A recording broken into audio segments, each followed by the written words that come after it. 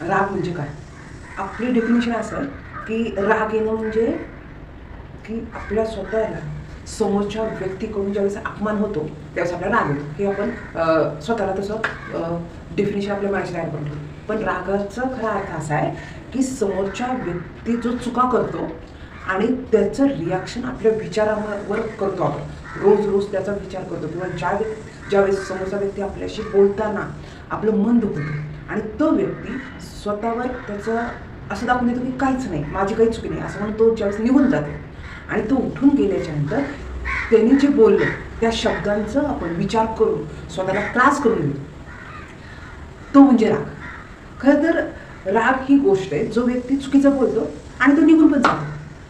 आणि आपण का विचार करतो की आपल्याला असं वाटतं की हे माझ्याबद्दलच असं का होतं, माझं काय चुकलं होतं, मी तर चांगलं सांगायला गेले होते, मी तर समोरच्या व्यक्तीला हेल्प करायला गेले होते, असा आपण विचार करतो. म्हणजे काय करतो आपण, जरी प्रेझेंटमध्ये असलं तरी आपण तो फ्युचर आपण तो पास्ट सारखा सारखा आठवतो.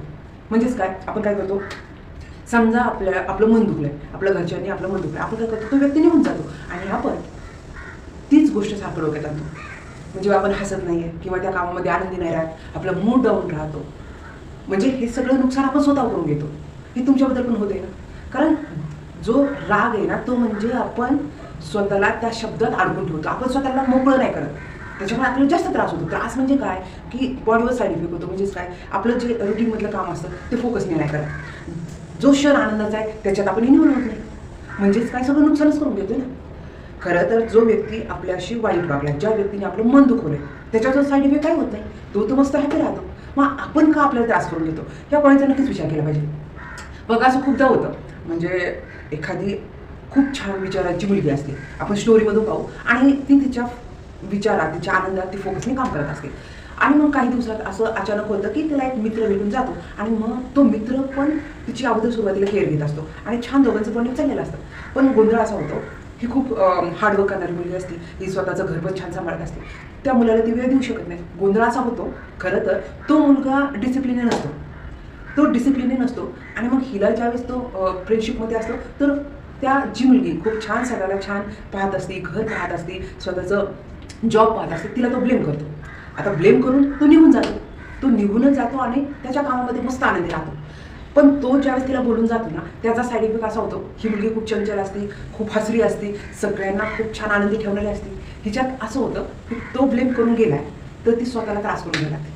मग ती असं विचार करते, माझ्याकडून काय चुकलं, मी काय त्याला डिस्टर्ब केलं, माझ्यामुळे त्याचं काय नुकसान झालं, मी अशीच होते का, माझ्याबद्दलच असं का होतं, दुसऱ्या मुली तर खूप एन्जॉय करतात, मी तर काहीच केलं नाही, असा ती विचार करत राहते. आणि पहिल्यापेक्षा थोडंसं नाराज राहत ती डाऊन व्हायला लागते, अक्षरशः ती आजारी पडते. आणि मग एक दिवस असंच तिच्या आजीच्या जवळ बसते आणि मग आजीला विचारते, आजी माझं काय चुकलं गं.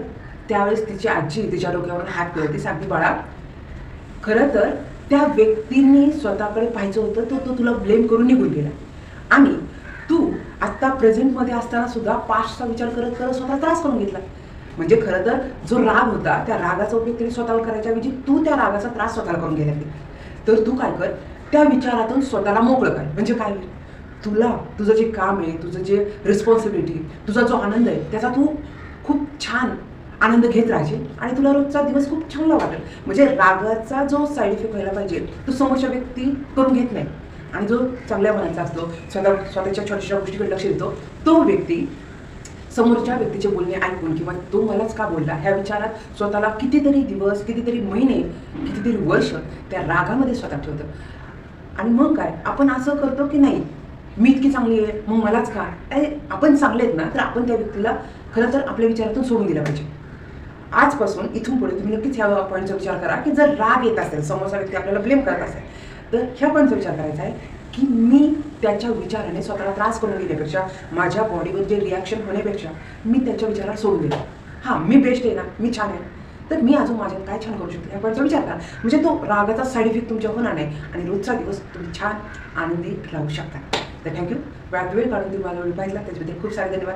असाच व्हिडिओ पाहिला आणि व्हिडिओ आवडला नक्कीच लाईक करून कमेंट करून सांगा, खरंच तुमच्याबद्दल असं घडलं होतं का की दुसऱ्याचा राग आणि स्वतःवर खूप त्रास करून घेतलाय. असं जर असेल तर आज नक्कीच इथून पुढे स्वतःला खूप छान कसं ठेवताय या पॉईंटकडे लक्ष द्या. तर थँक्यू.